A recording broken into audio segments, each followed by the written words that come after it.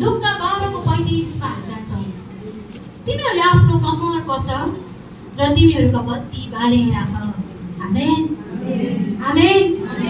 तिमीहरूको यहाँतिर चाहिँ नेपालमा तिमीहरूको कमर कस भनेको छ, तर एनकेजी इङ्ग्लिस भर्सनमा चाहिँ के भनेको छ भन्दाखेरि चाहिँ prayed and your lamps burning भनेको छ। Let your waist be guarded. यहाँनिर चाहिँ तिमीहरूको कमर कस भनेको छ, तर यहाँ इङ्ग्लिस भर्सनमा चाहिँ के भनेको छ भने चाहिँ तिमीहरूको कमर चाहिँ कसिरहो भनेको छ। तिमीहरूको कमरलाई चाहिँ कसिरहो, एकचोटि मात्रै तिमीहरूको कमर चाहिँ तयार कसिरह।